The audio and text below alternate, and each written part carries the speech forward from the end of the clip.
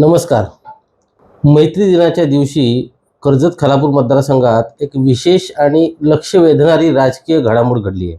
माजी आमदार सुरेश लाड यांचं आणि राष्ट्रवादीचे प्रांताध्यक्ष खासदार सुनील तटकरे यांचं मैत्रीचं नातं सर्व जगाला माहिती आहे. मधल्या काळात दोन्ही मित्र वेगवेगळे झाले आणि लाड आणि तटकरे कुटुंबाची नाळ तुटली की काय असं वाटत असतानाच मैत्री दिनाचा मुहूर्त साधत कर्जतचे माजी नगराध्यक्ष आणि ज्यांनी नुकताच भाजपच्या कर्जत शहर मंडळ अध्यक्षपदाचा राजीनामा दिला होता, त्या राजेश लाड यांनी राष्ट्रवादीचे जिल्हाध्यक्ष सुधाकर घारे यांच्या मार्गदर्शनाखाली राष्ट्रवादीत प्रवेश केला आहे.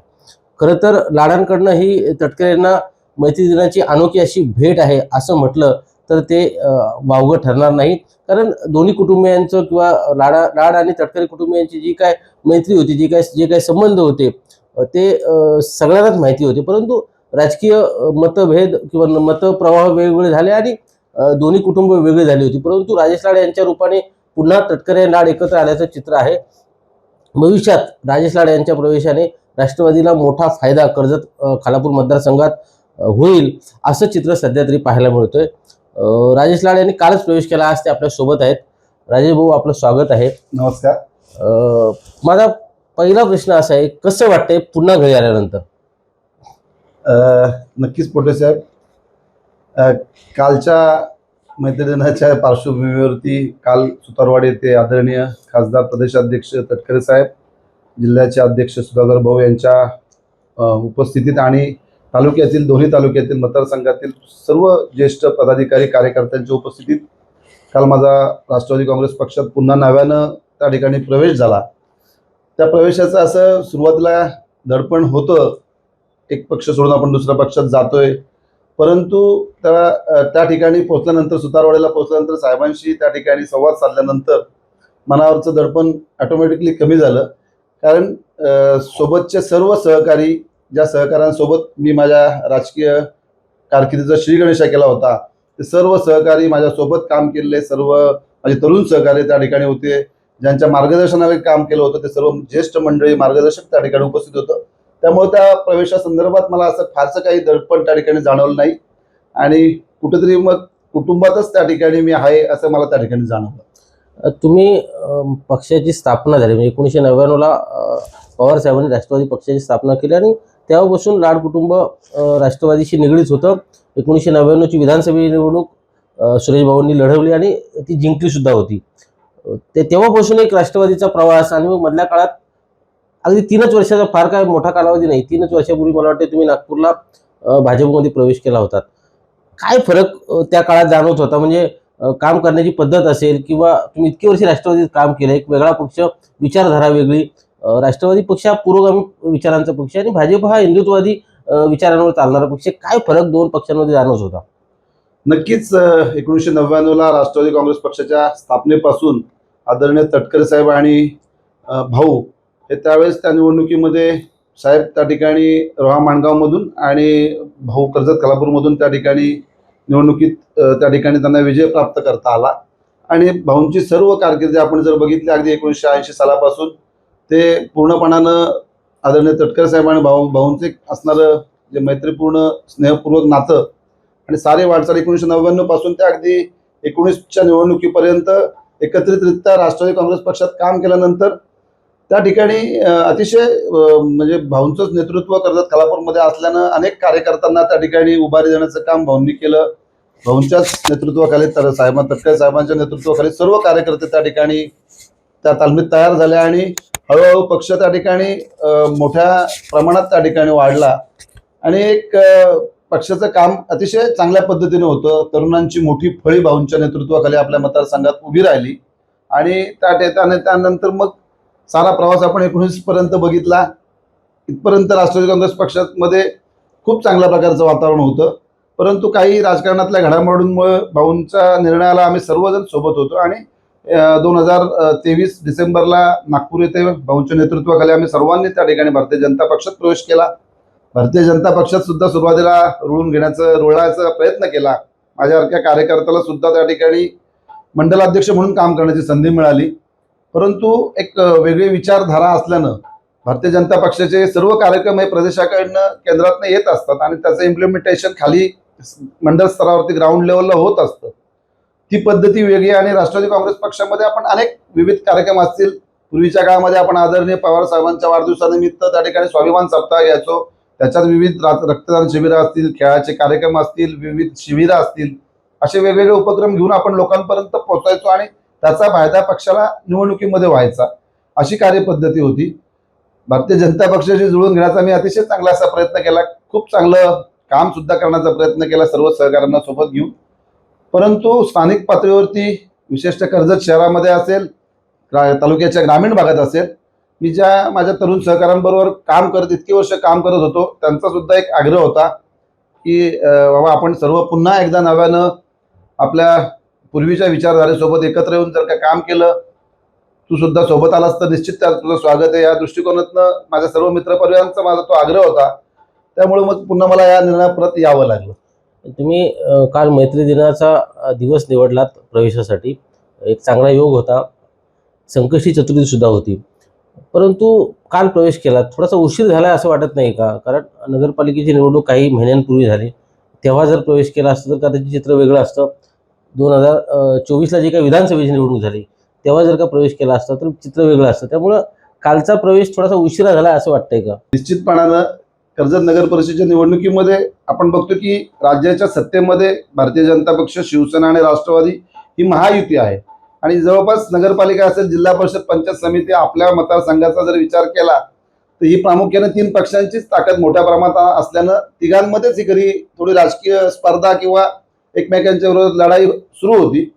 खरं तर तिन्ही पक्ष एकत्र येऊन त्या ठिकाणी महायुती म्हणून त्या ठिकाणी नगरपालिकेच्या निवडणुकीला सामोरं जावं असा सुद्धा प्रयत्न सुरुवातीच्या काळामध्ये सुरू होता. परंतु स्थानिक पातळीवरती राजकीय नेते असतील, कार्यकर्ते असतील, गाव पातळीवरचा सारा पक्षांचा संघर्ष अनेक वर्षांचा, याच्यामुळे ही मन जुळायला कुठेतरी थोडंसं उशीर झाला. आणि त्याचं परिवर्तन मग त्या ठिकाणी शिवसेना, भाजप, RPI महायुती आणि समोर उद्धव बाळासाहेब ठाकरे पक्ष आणि राष्ट्रवादी काँग्रेस पक्ष अशी त्यांची परिवर्तन आघाडी अशी लढत झाली. त्यामुळे तो एकाच सरकारमध्ये आपण तिन्ही पक्ष प्रमुख पक्ष असताना देखील आपल्याला एकत्र त्या ठिकाणी लढता आलं नाही. त्यामुळे अनेक गणितं त्या ठिकाणी बदलली गेली. त्याचा परिणाम सारा जिल्हा परिषदेच्या निवडणुकीवरती झाला. त्यामुळं भारतीय जनता पक्षाचं सुद्धा त्या सर्व निर्णयामध्ये मोठं नुकसान झालं. नाही, पण मला म्हणजे वेगळ्या अँगलने यासाठी विचारायचं की नगरपालिकेची निवडणूक, तुम्ही नगराध्यक्षपदाची निवडणूक भाजपकडून तुमच्या घरात उमेदवारी होती. सुरुवातीच्या काळात ती राष्ट्रवादीकडून मिळेल की अशी चर्चा होती. तशा प्रकारचं वातावरण सुद्धा होतं. कारण OBC महिला आरक्षण होतं आणि तुमच्या घरातला उमेदवार असल्यामुळे राष्ट्रवादीकडून तशा प्रकारचे प्रयत्न केले गेले होते का? आणि जर केले गेले होते तर मग तेव्हा जर उमेदवारी घेतली असती, कारण आपण जर थोडंसं मागं गेलो तर एक कर्जत मतदारसंघ म्हणजे लाडांशिवाय कर्जतचं राजकारण होऊ शकत नाही असं चित्र असताना आज परिस्थिती जरा वेगळी आहे. 2 वेगळे नेते कर्जतमध्ये काम करतात. म्हणजे सुधाकर घारे असतील किंवा महेंद्र थोरवे असतील, 2 वेगळे नेते काम करतात. लाडांचं अस्तित्व कुठेतरी संपत असताना जर का नगरपालिकेची निवडणूक तुम्ही त्या माध्यमातून उमेदवारी घेऊन लढला असतात तर चित्र वेगळं असतं का आणि त्याचा फायदा झाला असता असं वाटतंय का? निश्चित मोठ्या प्रमाणात फायदा झाला असता. तसा प्रयत्न सुद्धा काही प्रमाणात त्या ठिकाणी माझ्याकडून सुद्धा झाला होता. समोरून राष्ट्रवादी काँग्रेस पक्षाकडून सुद्धा तसा प्रस्ताव होता, एकत्रित आपण पुन्हा यावं, त्या ठिकाणी अध्यक्षपदाची उमेदवारी सुद्धा आपल्याला लढायला मिळावी. परंतु मी मगाशी जसं सांगितलं त्याप्रमाणे विधानसभेला शिवसेना, भाजप एकत्र असल्यामुळं त्या ठिकाणी तेच फॉर्म्युला त्या ठिकाणी एकत्रितपणानं मग कर्जत शहरात सुद्धा त्या ठिकाणी तो सुरू राहिला. आणि मग तिसरा आपला महायुतीतला पक्ष राष्ट्रवादी काँग्रेस पक्ष थोडा दूर गेला. त्याचा सारा परिणाम पुन्हा त्या सर्व उमेदवारांवरती झाला. आणि मग उमेदवारी थेट नगराध्यक्षपदाची उमेदवारी लढवताना त्या ठिकाणी 2 पक्षांचं वेगळे उमेदवार, समोरच्या परिवर्तन विकास आघाडीचे वेगळे उमेदवार, हा सारा त्या स्थानिक लेवलला थोडीशी अडचण निर्माण झाल्यामुळे त्याचा फटका बसला. आपण ज्यात चित्र पाहिलं तर असं होतं की तुम्ही भाजपमध्ये राहून नगराध्यक्षपदाचे उमेदवार म्हणून केवळ तुमच्या घरातला एखादा उमेदवार जर का राष्ट्रवादीकडे दिला असतं तरी चाललं असतं. अशी अनेक उदाहरणं आहेत की वडील एक वेगळ्या पक्षात आहेत, मुलगा वेगळ्या पक्षात आहे, सूनबाई वेगळ्या पक्षात आहे, सासरा वेगळ्या पक्षात आहे. तशा प्रकारे जर करता आलं असतं. मी हे अशासाठी विचारतोय की एक लाडांचं एक अस्तित्व राजकारणाचं जे आहे ते कुठेतरी संपतंय असं वाटत असताना एक ती उभारी देण्याचा तो एक प्रयत्न केला गेला, तुम्हाला उभारी मिळाली असती आणि पुन्हा तुम्हाला स्टेबल होता आलं असतं. विशेष म्हणजे लाड कुटुंबाला. कारण बघा, राजकारणात आज सुरेश भाऊ लाड राजकारणात तसे आता बाजूला आहेत, म्हणजे त्यांच्या तब्येतीचं कारण आहेच, परंतु ते फार सक्रिय राजकारणात नाही आहेत. तुमच्याकडे राजेश लाड म्हणून यांच्याकडे पुढची पिढी म्हणून पाहिलं जातं, कारण त्याच्या व्यतिरिक्त शरद भाऊ सोडले तर दुसरं कोणी लाडांचं राजकारणात सक्रिय नाहीये. त्यामुळे जर तो निर्णय झाला असता तर एक जे काय प्रभाव कमी होतो लाडांचा, मी स्पेसिफिक लाड म्हणतो, भाजप बाजूला ठेवू आपण, स्पेसिफिक जो काही लाडांचा प्रभाव कमी होतो तो प्रभाव कमी झाला नसता, ते टिकून राहिलं असतं असं वाटतंय का? नक्कीच त्या नगर परिषदेच्या निवडणुकीमध्ये राष्ट्रवादी सोबत जावं असा स्थानिक पातळीवरती गावातनं कार्यकर्त्यांचा त्या ठिकाणी रेटा होताच, आणि त्या दृष्टिकोनातून ते प्रयत्न सुरू होते. त्या ठिकाणी भाऊंची आणि समोर राष्ट्रवादी काँग्रेस पक्षाच्या नेत्यांची सुद्धा चर्चा सुरू होती, परंतु त्यामध्ये यश काही त्या ठिकाणी आलं नाही आणि त्याचा सारा परिणाम त्या निवडणुकीच्या निकालावरती झाला. ठीक आहे, आपण आता असं म्हणूयात की जे झालं, आपण जर की भूतकाळात जाण्याच्या पेक्षा आता वर्तमान आणि भविष्याचा विचार करू. तुम्ही काल प्रवेश केलाय, 2029ला विधानसभेच्या निवडणूक आहेत, त्यापूर्वी काय कुठल्या मोठ्या निवडणुका नाही आहेत, म्हणजे ग्रामपंचायतीच्या काहीतरी तुमच्या तालुक्यात 40-42 ग्रामपंचायती माझ्या माहितीवर निवडणूक आहेत, पण ते छोट्या निवडणूक आहेत. मोठी जी काही निवडणूक आहे ती लोकसभा आणि डायरेक्ट विधानसभा आहे. आज तुम्ही राष्ट्रवादीत प्रवेश केलाय, म्हणजे 19 पासून जर का 5 निवडणुका पाहिल्या तर 3 निवडणुका राष्ट्रवादीच्या म्हणजे राष्ट्रवादीचा उमेदवार इथे निवडून आला होता. 2 निवडणुका ज्या आहेत, भाऊंची 19ची निवडणूक असेल किंवा आता 24ची निवडणूक असेल, राष्ट्रवादीच्या उमेदवाराला इथं पराभव पाहावा लागलाय. पुन्हा राष्ट्रवादीचा इथं आमदार व्हावा यासाठी काय प्रयत्न करावेसे तुम्हाला वाटतायत, आणि कशा पद्धतीने तुम्ही सुधाकर घारे आता समजा उमेदवार असतील तर त्यांना आमदार करण्यासाठी कशा पद्धतीने प्रयत्न कराल? निश्चित आपण सांगितल्याप्रमाणे खरं तर निवडणुका आता समोर डोळ्यासमोर नाही आहेत. 2.5-3 वर्षानंतर लोकसभा होईल, विधानसभा होईल, परंतु भारतीय जनता पक्षामध्ये काम करत असताना त्या ठिकाणी थोडंसं मला काम करता आलं नाही. म्हणून मी ज्यावेळेस पक्ष बदलाचा निर्णय घेतला की आपण आत्ता पक्ष बदलाचा निर्णय जो घेतोय, निवडणुकीच्या त्या धामधुमीमध्ये जर का आपण पक्ष बदलला तर काही संशयाचं त्या ठिकाणी वातावरण निर्माण होतं त्या व्यक्तीविषयी. म्हणून ती गोष्ट टाळण्यासाठी आपण आत्ताच ज्या विचारधारेबरोबर आपण पूर्वी काम केलंय त्या विचारधारेशी पुन्हा जुळवून घ्यावं असा मनामध्ये विचार आला. त्या ठिकाणी आदरणीय साहेब आणि त्या ठिकाणी सुधाकर भाऊंनी सुद्धा त्या ठिकाणी मला आग्रह केला, आणि मग आता आपण पक्षात जाऊन 2-2.5 वर्ष पक्ष संघटनेत जी जबाबदारी मिळेल कार्यकर्ता म्हणून त्या ठिकाणी पक्ष संघटनेशी जुळून घ्यायचं. पुन्हा त्या परिवारामध्ये जे काही आपल्याला चांगलं असं योगदान आपल्या कामातून, सामाजिक कामातून ज्या सत्ता आहेत राष्ट्रवादी काँग्रेस पक्षाच्या आणि परिवर्तन विकास आघाडीच्या ताब्यामध्ये, मग नगरपालिका असेल, पंचायत समिती असेल, इव्हन जिल्हा परिषद सुद्धा राष्ट्रवादी काँग्रेस पक्ष सत्तेमध्ये आहे. या साऱ्या सत्तेच्या माध्यमातून सर्वसामान्य कार्यकर्ते, नागरिक यांचं काम करण्यासाठी सुद्धा मला त्या ठिकाणी चांगला असा तो फायदा होईल हा विचार डोळ्यासमोर ठेवला, आणि मग कुठेतरी नवीन इनिंग त्या ठिकाणी सुरू करावी असा विचार आला.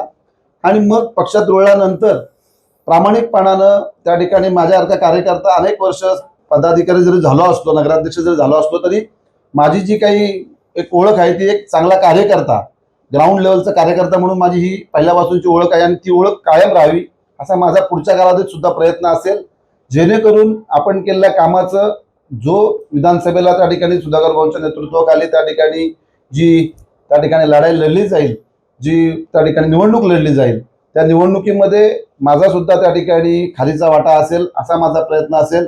पक्ष त्या ठिकाणी जी भूमिका ठरवेल.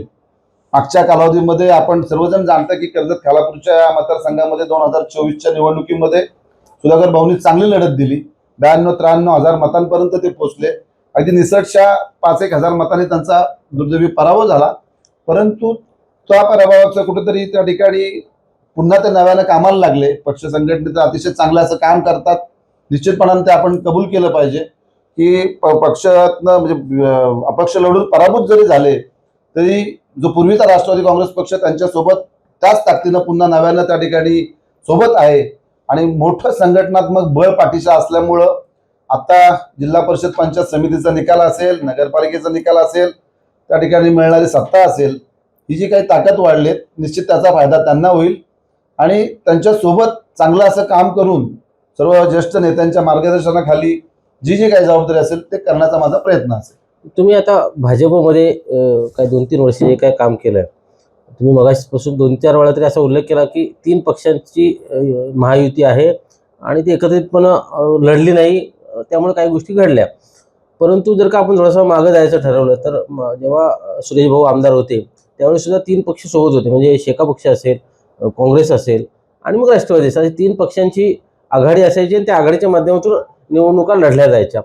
3 वेळा आमदार असलेले सुरेश लाड कधीही शेका पक्ष छोटा पक्ष जरी असला किंवा काँग्रेसची फार ताकद नसली तरी त्यांना डावलून कुठलाच कार्यक्रम घेत नव्हते किंवा त्यांना बाजूला त्यांच्या नेत्यांना चुकीच्या पद्धतीने ट्रीट करून कधीच ते इतक्या वर्षात वागले नाहीत. 15 वर्ष ते या मतदारसंघाचं नेतृत्व करत होते.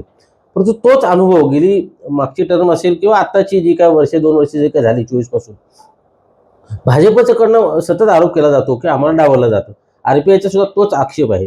राष्ट्रवादीचं सोडून द्या, राष्ट्रवादीचा आणि शिंदे गटाच्या शिवसेनेचं इथं कधीच पटलं नाही, त्यामुळे तो विषय आपण बाजूला ठेवू. परंतु आरपीआय असेल भाजप असेल यांच्याकडून सतत आरोप केला जातो की विद्यमान आमदार आम्हाला डावलतात, कार्यक्रमाला बोलत नाही, फक्त निवडणुकीपुरता वापर केला जातो. तो अनुभव तुम्हाला सुद्धा आला का? नक्कीच आपण बघितलं असेल, वास्तविक पाहता आमदार साहेबांना विजयामध्ये भारतीय जनता पक्ष आणि आरपीआय ह्या दोन्ही महायुतीतल्या घटकांचा मोठा फायदा झाला.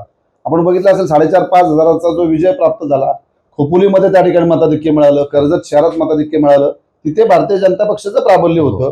त्या ठिकाणी आरपीआयचं चांगलं असं युनिट होतं, चांगल्या कार्यकर्त्यांची फळी होती. त्यामुळे त्या ठिकाणी दोन्ही पक्षांची ताकद मिळाल्यामुळं महेंद्र थोरवेंना त्या ठिकाणी खूप चांगला असा त्याचा फायदा झाला, आमदार साहेबांचा फायदा झाला चांगला. नंतरच्या कालावधीमध्ये ज्या प्रमाणामध्ये त्यांनी सोबत घ्यायला पाहिजे दोन्ही पक्षांना, मग तो आरपीआयचा सुद्धा त्या ठिकाणी अनेक वेळा आरपीआयच्या नेत्यांनी सुद्धा तसा आक्षेप केलाय. सत्तेचा वाटा त्या ठिकाणी मिळताना भारतीय जनता पक्षाला सुद्धा काही असं फारसं स्थान मिळत नाही, दुय्यमच स्थान त्या ठिकाणी नेहमी मिळत असतं. मी मंडलाध्यक्ष म्हणून होतो, अनेक वेळा त्या ठिकाणी जे कनेक्टिव्हिटी पाहिजे, वास्तविक आपण विधानसभा एकत्र लढली, नगरपालिका आपण एकत्र लढल्या, त्यानंतरच्या पुढच्या काळात जर का भारतीय जनता पक्षाची आणि आरपीआयची तुम्हाला मदत हवी असेल तर तुम्ही त्यांना सुद्धा मान सन्मान द्यायला पाहिजे, त्या कार्यकर्त्यांना सोबत घेतलं पाहिजे. परंतु 2 वर्षाच्या कार्यकालामध्ये फारसं काही कुठली विकासाची कामं असतील किंवा कार्यकर्त्यांना त्या ठिकाणी मग कुठला निधी त्या ठिकाणी भारतीय जनता पक्षाला देण्यासंदर्भातला असं कुठलंही एकही त्या ठिकाणी पाऊल उचललं गेलं नाही. मग त्या गोष्टीचा सुद्धा मोठा परिणाम त्या ठिकाणी पुढच्या निवडणुकीत सुद्धा होऊ शकतो. ती सुद्धा त्या गोष्टींमध्ये सुद्धा बदल करणं तेवढंच आवश्यक आहे. आपण कर्जत शहराचं जर का बघितलं तर सुरेश भाऊ आमदार असताना रस्त्याचं रुंदीकरण असेल, म्हणजे अगदी आपण कर्जतमधून जेव्हा येतो रेल्वे ब्रिज पासून जो पुढचा सगळा रस्ता आहे तो सुरेश भाऊ आमदार असताना त्याचं कॉन्क्रिटीकरण झालं होतं, म्हणजे मुरबाडकडे जाणारा रस्ता तो. आणि शहरातले अंतर्गत रस्ते असतील, काही कामं त्या काळात झाली. मला वाटतं तुमचा नगराध्यक्षपदाचा तो कार्यकाळ असावा किंवा शरद भाऊ नगराध्यक्ष असतील, पण त्या काळात ती कामं झाली होती. परंतु आता जर का आपण विचार केला तर मागची जी काय 5 वर्षे गेली नगरपालिकेची आणि आताच निवडणूक झाली आणि मधल्या काळात प्रशासक होता, परंतु त्या काळात विद्यमान आमदार कर्जतचे असताना सुद्धा फार काही विकास कामं झालीत असं दिसत नाही. म्हणजे काही कमानी काही पुतळे जर का सोडले तर त्याच्या व्यतिरिक्त शहरात भरीव असं काम झालेलं आपल्याला दिसत नाही भाजपला सोबत घेऊन. कारण नगराध्यक्ष त्यावेळेस माझ्या मते सुवर्णा शिंदे गटाच्या नव्हत्या, त्या सुवर्णा जोशी त्या ठाकरे गटाच्या नगराध्यक्ष असल्यामुळं राजकीय आकसापोटी शहराचा विकास रखडला त्या काळात, असं तुम्हाला वाटतंय का? आणि आता तो होईल भविष्यात असं वाटतंय, कारण आता सुद्धा राष्ट्रवादीचे नगराध्यक्ष आहेत. नक्कीच 2014 ते 19 पर्यंत मी नगरपालिकेत काम करत होतो. 19 पर्यंत राष्ट्रवादी काँग्रेस पक्ष सातत्यानं कर्जत शहरात सत्तेमध्ये होता. आदरणीय तटकरे साहेब, आदरणीय भाऊंच्या नेतृत्वाखाली त्या ठिकाणी कर्जतकरांनी नेहमीच राष्ट्रवादी काँग्रेस पक्षाला एक मोठं त्या ठिकाणी यश कायम दिलं. आणि सारा जो शहराचा जो बदल आहे MMRDच्या माध्यमातून असेल, त्या ठिकाणी तटकरे साहेब असतील किंवा भाऊंचा निधी असेल, यातून शहराचा जो आमूलाग्र झालेला बदल आपण कर्जतकरांना जरी विचारलं तरी तेही सांगतील. बऱ्याच अंशी चांगली अशी विकासात्मक कामं झाली. 19ला त्या ठिकाणी सत्ता बदल झाला. एकत्रित शिवसेनेच्या सुवर्णाताई जोशी यांना त्या ठिकाणी थेट नगराध्यक्ष म्हणून काम करण्याची संधी मतदारांनी कर्जतकरांनी दिली. त्या सुद्धा काम चांगल्या प्रकारे त्यांनी सुरू केलं, चांगलं काम करत होत्या. परंतु त्याच दरम्यानच्या काळात महाविकास आघाडी त्या ठिकाणी राज्यात त्या ठिकाणी स्थापन झाली, शिवसेनेत फूट झाली, राष्ट्रवादीचे सुद्धा त्या ठिकाणी 2 पक्ष झाले. त्याचा कळत न कळत शिवसेनेच्या फुटीचा परिणाम तो त्यांच्या कारकिर्दीवर झाला. आणि मग जो हवा असा जो काही विकास त्यांना मनमोकळेपणाने करता आला नाही, कारण आमदार त्या ठिकाणी शिंदे गट साहेबांच्या सोबत गेले आणि नगराध्यक्षताही त्या उद्धव बाळासाहेब ठाकरे पक्षामध्ये राहिल्या. आणि 5 वर्षाचा पूर्ण कार्यकाल त्यांना होता. त्यांनी त्यांच्यापर्यंत चांगला असा प्रयत्न केला, परंतु त्याचा काही अंशी परिणाम एकमेकांच्या 2 पक्षाचं विभाजन झाल्यामुळं सत्तेतला जो काही बदल झाला, महाविकास आघाडीचं सरकार कोसळलं, उद्धवजींना त्या ठिकाणी पायउतार व्हावं लागलं. त्यामुळं त्याचा सारा उर्वरित 2.5 वर्षाच्या कालावधीमध्ये शहरावर विकासावरती मोठा परिणाम झाला आणि जे काही पाहिजे असा मोठा बदल त्या ठिकाणी काही करता आला नाही. तुम्ही आता राष्ट्रवादीत काल एकट्याने प्रवेश केलाय. तुम्ही जरी एकटे आला असाल तरी लाड हे नाव त्याला म्हणजे खूप मॅटर करतं की बाबा लाड, कोणीतरी लाड आज राष्ट्रवादीत आलेत, म्हणजे लाडांचं राजकारण संपवण्याचा प्रयत्न झाला अशी चर्चा आहे. खरं तर आता तो कोणी संपवला, काय संपवला, त्या खोलात जायचं नाही आपल्याला, त्यासाठी आपण वेगळी चर्चा करू. परंतु राजेश लाड आज राष्ट्रवादीत आलेत, एकटे आलेत. भविष्यात तुमच्यासोबतचे सहकारी असतील किंवा भाजपमध्ये तुमच्यासोबत काम केलेले कार्यकर्ते असतील, मित्र असतील, त्यांचा प्रवेशाचा कार्यक्रम होणार आहे का, किंवा मग कशा प्रकारचं प्लॅनिंग तुमच्या डोक्यात आहे, कसा त्यांना परत आपल्यासोबत घेणार? नक्कीच काल त्या ठिकाणी सुतारवाडीला प्रवेश झाला त्यावेळेस मी एकटाच त्या ठिकाणी प्रवेशाला गेलो. अतिशय हार्ड अँड फास्ट तो निर्णय झाल्यामुळं मला माझ्या सोबतच्या सर्व जे माझ्यासोबत सहकारी आहेत, माझ्या मागे फार मोठा जनाजा जरी नसला तरी जे माझ्यासोबत अनेक वर्ष काम करतात, माझे जे जीवाभावाचे सहकारी आहेत, माझ्यावरती प्रेम करणारे कार्यकर्ते आहेत, नातेवाईक आहेत, त्या सर्वांना सोबत घेऊन आगामी कालावधीमध्ये आदरणीय तटकरे साहेबांची वेळ घेऊन कर्जतला एक पक्षप्रवेशाचा एक कार्यक्रम करण्याचं साहेबांनी त्या ठिकाणी सांगितलंय. दिल्लीचं अधिवेशन संपल्यानंतर साहेब वेळ देणार आहेत. सुधाकर भाऊंनी सुद्धा तशी त्यांना विनंती केली, आपण हा कार्यक्रम कर्जतलाच घेऊ. त्यावेळेस अनेक सहकाऱ्यांशी ज्यांना मी काल ज्यांना सोबत मी नेऊ शकलो नाही, त्यांची सर्वप्रथम दिलगिरी व्यक्त करतो. त्यांना सर्वांना विश्वासात घेऊन त्यांच्याशी चर्चा करून एक चांगलं विधायक सामाजिक काम करण्यासाठी राष्ट्रवादी काँग्रेस पक्षाच्या माध्यमातून आगामी कालावधीमध्ये पक्षाला बळकटी देण्यासाठी जे काही योगदान देता येईल ते देण्याचा माझा आगामी कालावधीत प्रयत्न असेल. दोन शेवटचे प्रश्न विचारतो. त्यातला एक प्रश्न असा आहे की तुम्ही अचानक निर्णय घेतलात, अनेक सहकारी सोबतचे नाराज झालेत का? आम्हाला का सांगितलं ना, आम्ही सुद्धा आलो असतो. अशा प्रकारची काही नाराजी? नक्कीच माझा निर्णय थोडा घाईघाईतच झाला. मी कोणालाच त्या ठिकाणी सांगितलं नाही. अनेक जणांचे त्या ठिकाणी काल मला दिवसभरामध्ये खूप साऱ्या कार्यकर्त्यांचे त्या ठिकाणी नाराजीतनं थोडेसे कॉल आले, परंतु अभिनंदन सुद्धा त्या सर्वांनी केलं. ठीक आहे, काय असेल ते असेल, पण तू चर्चा करायला हवी होती. निश्चितपणानं माझं त्या ठिकाणी जे काही आहे त्याबद्दल मी क्षमस्व सर्वांचंच त्या मित्रपरिवाराचं व्यक्त करतो. परंतु सर्वांना सोबत घेऊन सर्वांना माझ्या कामाची कार्यपद्धती माहीत आहे की जरी काय निर्णय घेतला असेल तर असा कुठला वेगळ्या हेतूने घेतला नसेल. चांगलं काम करण्यासाठी राजेश तुझ्यासोबत आम्ही सगळेजण आहोत असा विश्वास मला काल दिवसभरामध्ये असंख्य कार्यकर्त्यांनी, मग पूर्वीच्या पक्षात राष्ट्रवादीत काम करणारे जे जुने सहकारी होते, 2.5-3 वर्ष जो थोडासा गॅप पडला होता, थोडा पॉज आला होता, वेगवेगळ्या पक्षात काम केल्यामुळं कदाचित मी त्यांच्या संपर्कात नव्हतो, त्यामुळे तेही नसतील संपर्कात, थोडं जे काही ताटातूट होती. परंतु कालच्या दिवसभरामध्ये मला संपूर्ण तालुक्यातून कर्जत, खालापूर असतील, जे माझे सर्व सहकारी पूर्वीच्या पक्षात काम केले, माझे सर्व मित्रपरिवार उत्स्फूर्तपणानं त्यांनी मला त्या ठिकाणी मला एक अभिनंदन करून फोनद्वारे मला त्या ठिकाणी एक वेगळा आत्मविश्वास त्यांनी काल मला निर्माण करून दिला. त्या आत्मविश्वासाच्या बळावरच मला त्या ठिकाणी पुढे निश्चितपणानं चांगलं काम करण्यासाठी त्याचा उपयोग होईल. तर हे होते कर्जतचे माजी नगराध्यक्ष राजेश लाड. त्यांनी भाजपच्या शहराध्यक्षपदाचा राजीनामा दिल्यानंतर त्यांनी स्वगृही परतण्याचा निर्णय घेतला आणि त्या निर्णयाचं खरं तर अनेकांकडून स्वागत झाले. भविष्यात राजेश लाड यांचा प्रवेश राष्ट्रवादीसाठी फायदेशीर ठरण्याची शक्यता वर्तवली जाते, कारण लाड कुटुंबाचं एक योगदान या मतदारसंघात निश्चितपणे आहे. म्हणजे माजी आमदार सुरेश लाड यांचं दोन्ही तालुक्यात आजही बऱ्यापैकी वर्चस्व आहे. तरी सक्रिय राजकारणापासून तब्येतीच्या कारणामुळे जरी बाजूला असले, दूर असले, तरी लाड कुटुंबाचं एक वर्चस्व किंवा जे काय समन्वय संपर्क जो काय सर्वसामान्य लोकांशी आहे त्याचा निश्चितपणे फायदा भविष्यात राष्ट्रवादीला होईलच. 2029च्या निवडणुकीपूर्वी झालेली ही मोठी घडामोड आहे. त्यामुळे 2029च्या निवडणुकीत चित्र बदलतंय का हे पाहण्यासाठी सारेच उत्सुक असतील. परंतु राजेश लाड राष्ट्रवादीत आलेत आणि राष्ट्रवादीत त्यांनी आपलं काम पुन्हा सुरू केलंय, त्यामुळे त्यांना भविष्यातील राजकीय वाटचालीसाठी शुभेच्छा देऊन आपण या ठिकाणी थांबतोय.